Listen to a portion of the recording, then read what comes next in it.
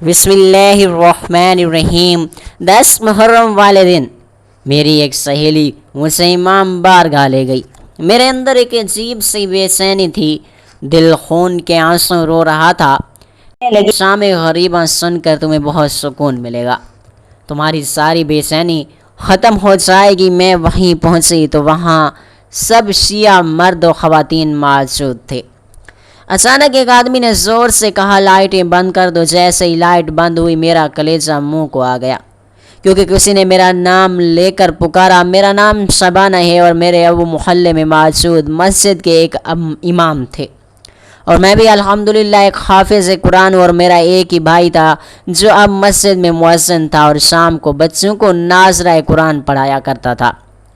ہمارا گھرانہ شروع سے انتہائی مذہبی اور نماز کا پابند تھا۔ میرے خاندان میں سبھی نے سرکاری اسکولوں سے میٹرک تک ہی تعلیم حاصل کی تھی۔ میں چونکہ پڑھائی میں کافی ذہین تھی، اور جب میٹرک کا رزلٹ آیا تو میں اول آئی تھی، اس لیے ابو نے اس روز مسجد میں آنے والے سبھی نمازیوں کو مٹھائی بھی بانٹی تھی۔ میں آگے بھی پڑھنا چاہتی تھی۔ ابو سے جب میں نے خواہش کا اظہار کیا تو وہ سوچ میں پڑ گئے، کہنے لگے کہ کالج یہاں سے کافی دور ہے، تم کیسے جاؤ گی بیٹا؟ ہمارے خاندان میں اتنا پڑھنے کے رواج نہیں ہے، مگر سب میری آنکھوں سے موٹے موٹے آنسو بہہ کر گالوں پر آئے تو ابو نے مجھے سینے سے لگایا اور پڑھائی کی اجازت بھی دے دی، اور وہ دن میری زندگی کا سب سے خوشی کا دن تھا۔ میں نے کالج میں داخلہ لے لیا، دل لگا کر پڑھائی کرنے لگی۔ کالج میں مختلف مذہب و مسالک سے تعلق رکھنے والے لوگ بھی موجود تھے۔ وہاں میری دوستی آمنہ سے ہوئی، جو کہ ہمارے محلے کی ایک لڑکی تھی۔ وہ بہت ہی خوش مزاج اور خوش اخلاق تھی۔ کچھ ہی روز میں ہم پکی سچی سہیلیاں بن گئی، اور ہماری کلاس میں اگلے بینچ پر ایک نئی لڑکی آ کر بیٹھی جس کا نام فاطمہ بطول تھا۔ انتہائی نرم لہجے اور با اخلاق لڑکی تھی۔ میں نے کبھی اسے مخاطب کرنے کی کوشش بھی نہیں کی تھی۔ ایک دن کالج سے چھٹی ہوئی تو شدید گرمی تھی، میرے پاس موجود پانی ختم ہو چکا تھا۔ تبھی فاطمہ نے اپنے بیگ سے بوتل نکالی، تب مجھ سے رانا ہو گیا۔ میں اپنا گلاس اٹھا کر اس کے پاس گئی اور بولی کیا تم مجھے تھوڑا سا پانی دے سکتی ہو؟ میرے سوال پر اس نے مجھے دیکھا، وہ کچھ بولتی اس سے پہلے ہی آمنہ نے مجھے بازو سے پکڑ کر پیچھے کر دیا۔ چونک کر کہنے لگی یہ تم کیا کرنے والی تھی؟ پاگل ہو گئی ہو؟ ایک شیعہ لڑکے سے پانی لینے لگی تھی۔ آمنہ کی بات سن کر مجھے جھٹکا سا لگا۔ میں نے ایک نظر اس لڑکی پر ڈالی، مجھے تو خبر ہی نہیں تھی کہ وہ شیعہ ہے۔ میں نے آمنہ سے کہا کیا ہو گیا ہے، پانی ہی تو مانگا ہے، اس میں کیا ہے؟ اور فوراً کہنے لگی جانتی بھی ہو اس نے پانی میں کیا کیا ملایا ہوگا؟ کیا خبر اس نے کچھ ایسا ملا دیا ہو جسے پی کر تم شیعہ ہو جاؤ۔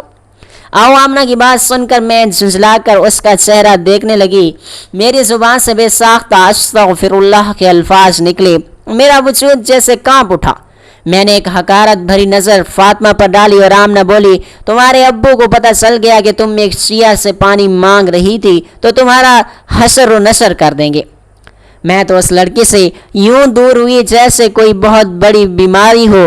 میں پانی پیے بغیر ہی آمنہ کے ساتھ کالج سے نکل آئی۔ ذہن میں کئی سوالات تھے۔ ہمارے ہاں شیعہ کا ذکر عام طور پر محرم کے مہینے میں کیا جاتا ہے۔ اس سے پہلے ہم دینی اور دنیاوی کاموں میں اس قدر مصروف ہوتے ہیں کہ کسی کو اپنی ذات کی بھی پرواہ نہیں ہوتی۔ آمنہ مجھ سے کہنے لگی کہ تم جانتی بھی ہو ہم انہیں کافر کہتی ہیں، یہ لوگ ایسے کام کرتے ہیں کہ توبہ کرو، مجھے تو تمہیں بتاتے ہوئے بھی شرم آ رہی ہوتی ہے۔ ایسی باتیں ہم بچپن سے سنتے آ رہے تھے، اور ہماری سوچیں پختہ ہو چکی تھیں کہ شیعہ لوگ نیاز کے لیے جو کچھ بناتے ہیں پتہ نہیں اس میں کیا کیا مکس کرتے ہیں، اور اس کے علاوہ جب 10 محرم کی رات آتی ہے تو یہ شام غریباں بھی کرتی ہیں۔ اس رات سبھی شیعہ مرد حضرات اور عورتیں ایک بڑے کمرے میں اکٹھے ہو جاتے ہیں، پھر غلط کام کرتی ہیں۔ میں نے جب پہلی دفعہ اپنی مامی پھپھو کو ایسے کہتے ہوئے سنا تھا تو میں تب 13 سال کی تھی۔ ظاہر سی بات ہے کہ یہ عمر تجسس بھری ہوتی ہے۔ مجھے علم ہوا تو اسی پر میری سوچ پختہ ہو گئی۔ دل میں خود بخود نفرت پلنے لگی۔ یہ لوگ کیسے تھے جو خود کو مسلمان کہتے تھے مگر سامع غریبہ میں سب مل کر ایک ساتھ غلط کام کرتے تھے؟ کیا یہ لوگ مسلمان نہیں تھے؟ ایک خدا کو ماننے والے نہیں تھے؟ میں نے اس بارے میں آمنہ سے بھی ذکر کیا کہ کیا یہ خدا کے احکامات کو نہیں مانتے؟ یہ لوگ قرآن مجید نہیں پڑھتے؟ جب خدا نے ان سب سے منع فرمایا کہ مرد اور عورت کے بیچ پردہ ہونا چاہیے محرم اور نامحرم کے اصولوں میں، تو پھر یہ لوگ ایسا کیسے کر سکتے ہیں؟ اگر یہ لوگ اس قدر غلیظ ہیں تو ان کو ہماری حکومت نے مسلمان کیوں کہہ رکھا ہے؟ انہیں غیر مسلم کیوں نہیں قرار دیا جاتا؟ آمنہ میری بات سن کر کہنے لگی تبھی تو ہم انہیں کافر اور شیعہ کہتے ہیں، کیونکہ یہ کرتے ہیں اور خود ہی روتے ہیں اور ایسے غلط کام کرتے ہیں کہ ہم سوچ بھی نہیں سکتے۔ تبھی تو میں تمہیں فاطمہ سے دور رکھ رہی تھی، اور ان کا تو قرآن ہی الگ ہے جس کے 40 پارے ہیں۔ یہ لوگ 10 محرم کو ایک گھوڑا بھی نکالتے ہیں، اور ہمارے ہاں یہ مانا چاہتا ہے کہ یہ لوگ جب بھی چکن چاول یا بریانی بناتے ہیں تو اس میں اس گھوڑے کی گندگی شامل کرتے ہیں۔ عورتیں یہ حافظ قرآن بھی نہیں ہوتی، ان کا تو اپنا الگ ہی دین ہوتا ہے۔ میں نے آمنہ کی باتیں سنی تو میرے دل میں ایک بار پھر نفرت پروان چڑھنے لگی۔ ایک دن میں کالج گئی تو فاطمہ میری جانب دیکھ رہی تھی۔ میں نے فوراً نظریں چرا لی اور اسے دیکھ کر ایک بار پھر میرے دل میں برے خیالات آنے لگے اور نفرت خود بخود بڑھنے لگی۔ محرم الحرام آنے والا تھا۔ جیسے جیسے محرم کے 10 دن قریب آ رہے تھے ہمارے ہاں شیعوں کے خلاف باتیں اور الزامات بھی بڑھتے جا رہے تھے۔ اکثر میں اور آمنہ مل کر فاطمہ کے خلاف تنزیہ باتیں بھی کرتے تھے، جبکہ ہمارے آگے بیٹھی بیٹھی فاطمہ ہر بات سنتی رہتی تھی، مگر کبھی اس نے پلٹ کر جواب نہیں دیا تھا، نہ ہی اس نے ہمارے عقیدے کو برا بھلا کہا تھا۔ ایک دفعہ آمنہ کہنے لگی کہ دیکھ اگر سچی ہوتی تو ضرور جواب دیتی، مگر اس کے بعد کوئی جواب ہی نہیں ہے، اب بھلا یہ کیا جواب دے گی؟ اتنا سننا تھا کہ فاطمہ پلٹ کر ہماری طرف دیکھنے لگی اور اس کے چہرے پر ایک مسکراہٹ آ گئی۔ وہ کہنے لگی ہمارے پیارے نبی حضرت محمد مصطفیٰ صلی اللہ علیہ وآلہ وسلم نے فرمایا کہ ایک آدمی کے جھوٹا ہونے کے لیے یہی کافی ہے کہ وہ ایک بات سنے اور بغیر تصدیق کے اسے آگے پھیلانا شروع کر دے۔ فاطمہ منہ سے یہ سننا تھا کہ میں حیران ہو گئی، اور آخر اس کا مطلب کیا تھا؟ یہ فرمان رسول اللہ صلی اللہ علیہ وآلہ وسلم کا تھا، اور اس میں وہ فرما رہے تھے کہ جب کوئی شخص بغیر تحقیق کے بات آگے پھیلاتا ہے وہ جھوٹا ہوتا ہے۔ کیا یہ ساری باتیں تصدیق شدہ نہیں تھیں؟ میرے دماغ میں نہیں سوچیں جنم لینے لگی۔ محرم الحرام کے دن شروع ہو چکے سے گھر آ کر کچھ پوچھتی تو ابو ڈانٹ کر چپ کرا دیتے اور کہتے کہ تم ان باتوں میں داخل مت ہو، یہ لوگ گمراہ ہیں اور دوسروں کو بھی گمراہ کرتے ہیں، اور ان کے پاس نہ جانے کیسا کیسا جادو ہے، جو بھی ان کے ساتھ رہے یا ان کی جگہوں پر جائے وہ اپنا عقیدہ بدل لیتا ہے۔ میں ابو سے بہت خوف کھاتی تھی، اس لیے انہیں نہیں بتایا کہ میری کلاس میں ایک شیعہ لڑکی بھی بیٹھتی ہے، مگر دل میں تجسس بے چین کیے ہوئے تھا۔ میں دینی تعلیم یافتہ تھی، حافظ قرآن بھی تھی، اس لیے نہ جانے کیوں مجھے لگا کہ مجھے فاطمہ سے بات کرنی چاہیے، اس کے عقیدے کو جاننا چاہیے، کیونکہ ہمارے نبی کا فرمان مجھے کئی دنوں سے بے چین کر رہا تھا۔ ایک دن آمنہ چھٹی پر تھی تو میں نے فاطمہ سے پوچھا کہ تم نے قرآن مجید کب حفظ کیا؟ میری بات سن کر اس نے چونک کر میری طرف دیکھا اور کہنے لگی ہم مسلمان نہیں ہیں کیا؟ میری عمر اس وقت 6 سال تھی جب میں نے پہلی بار قرآن مجید ختم کیا۔ فاطمہ کی بات سن کر میں اسے غور سے دیکھنے لگی۔ میں بولی تم لوگوں کا قرآن تو 40 پاروں کا ہوتا ہے۔ میری بات سن کر وہ کہنے لگی ہمارے نبی پاک صلی اللہ علیہ وآلہ وسلم پر جو قرآن مجید نازل ہوا وہی ہمارا قرآن ہے، جسے 30 حصوں میں تقسیم کیا گیا اور ہر حصے کو پارہ کہا جاتا ہے۔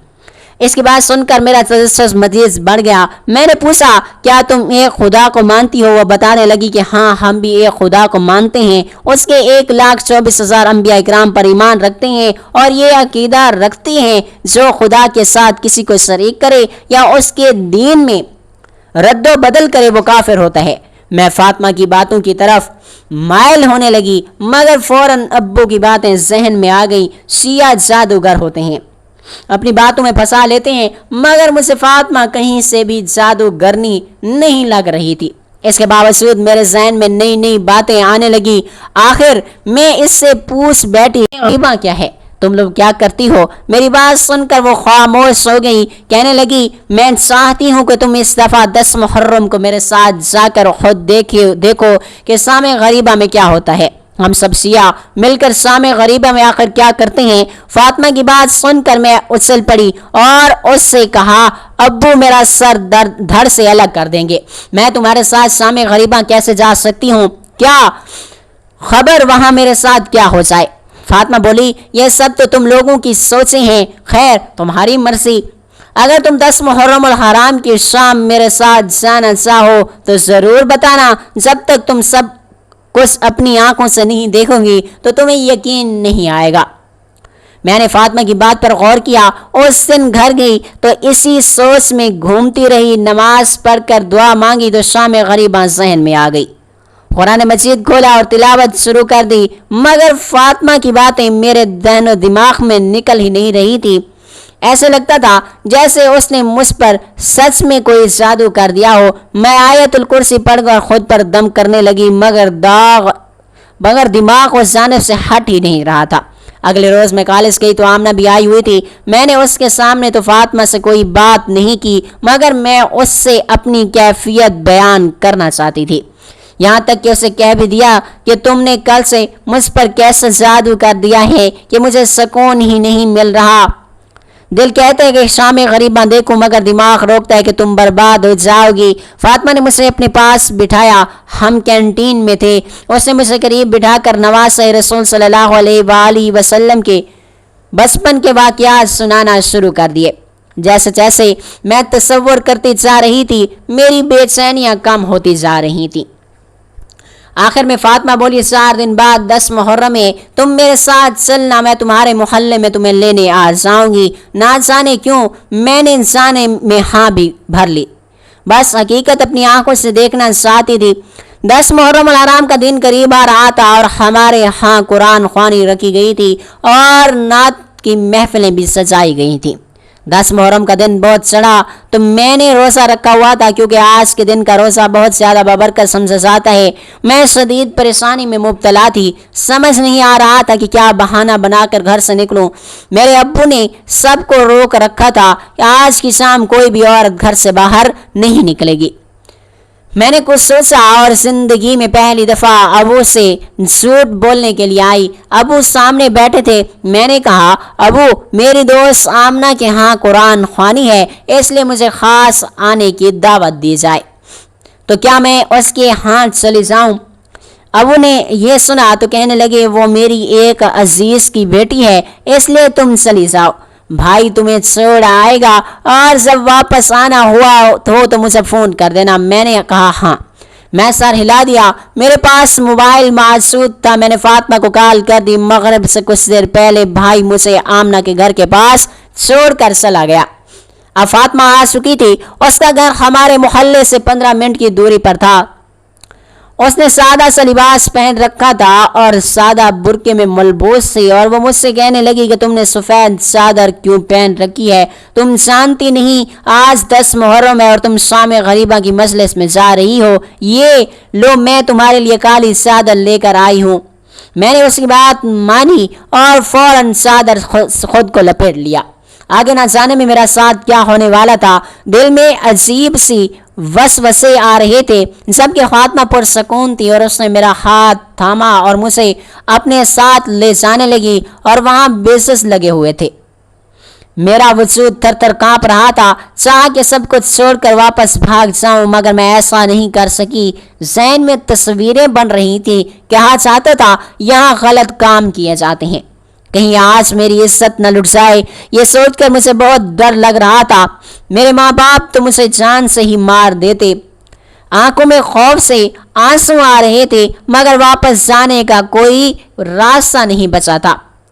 میں نے اپنی عزت خدا کے حوالے کر دی۔ سبھی سادہ سا لباس میں ملبوس تھے۔ فاطمہ مجھے اندر لے گئی، جہاں ایک طرف عورتیں بیٹھی ہوئی تھیں، ہم بھی وہیں بیٹھ گئے۔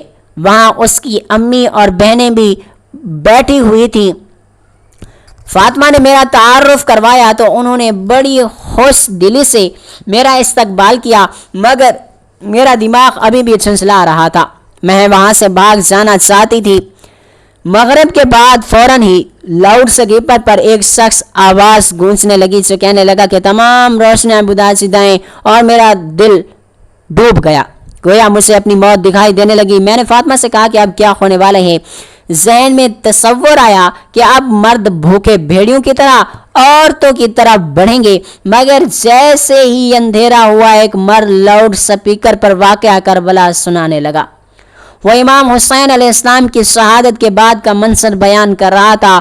وہ کہہ رہا تھا کہ جب رسول اللہ صلی اللہ علیہ وآلہ وسلم کے نواسے کو شہید کر دیا گیا تو ایک بھی مرد باقی نہ بچا سوائے امام حسین علیہ السلام کے بڑے بیٹے کے جو اس وقت بیمار تھے۔ امام زین العابدین کے علاوہ سب کچھ شہید ہو چکے تھے۔ وہ کہہ رہا تھا کہ شہادت کے بعد یزیدی فوجوں نے نواسہ رسول صلی اللہ علیہ وآلہ وسلم کی لاش پر گھوڑے دوڑا دیے۔ ہر طرف تہرام مچ گیا۔